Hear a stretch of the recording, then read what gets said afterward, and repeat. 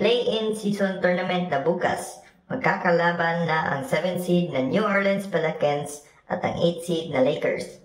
Kung sino mananalo dito ay ang makasecure ng 7 seed sa playoffs at ang lalaban sa 2nd seed ni Jokic at ang Denver Nuggets.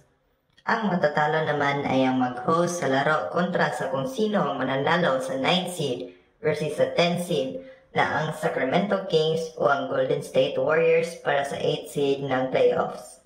Injury status ng Lakers ang mukhang hindi maganda. Out para sa laro bukas si Christian Wood dahil sa injury sa kanyang knee at si Jared Vanderbilt dahil sa kanyang foot. Bad news din para sa mga Stars. Hindi pa siguro na makalaro sina LeBron James dahil sa kanyang ankle at ang power forward o center na si Anthony Davis dahil sa back issues. Ang dalawang key players pa talaga ng Lakers ang questionabling makalaro bukas. Samantalang, ang ganda siguro ng feeling ng mga Pelicans fans sapagkat wala silang injury report. Lahat ng kanilang players ay makakalaro. Kung makalaro sina Davis at LeBron, malaking tsansa talaga ang panalo nila. Sa mga matchup nila sa regular season, tinalo nila ng 3 out of 4 times sa kanilang paghaharap ang Pelicans. Kasama na ang 124-108 victory nila over sa Pelicans sa last game ng regular season. Hindi ito madaling laban para sa Lakers dahil sa talent ng team na ito. Nag-consist ang starters ng Pelicans nina CJ McCollum sa point guard na may 9 playoff appearances. Grabing tulong na ito lalo na't may experience na talaga siya sa playoffs at nag-average pa ng 20 points per game.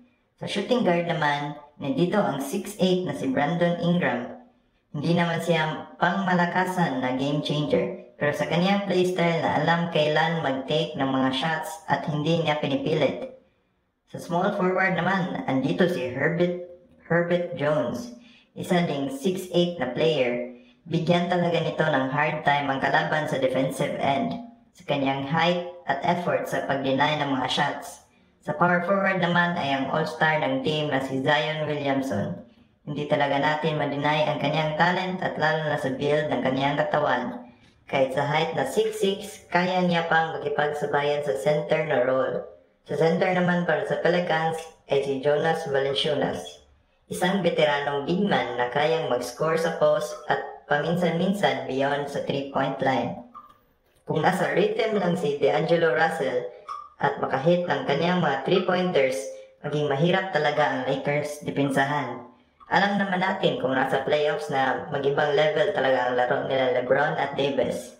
Kaya kung mag-connect lang ang mga shots ni D'Lo, malabanan niya talaga ang opensa ni CJ McCollum na isa ding magaling scorer na kayang mag-drain ng mga tough shots at mag-step up sa mga critical na situations. Bigyan din natin ng credit si Austin Reeves. Kahit sa first playoffs niya last season ay napakaganda ng kanyang output. Making tough shots, handling the ball, at sa galing niyang magkuha ng mga fouls. Maging problema talaga siya para sa Pelicans.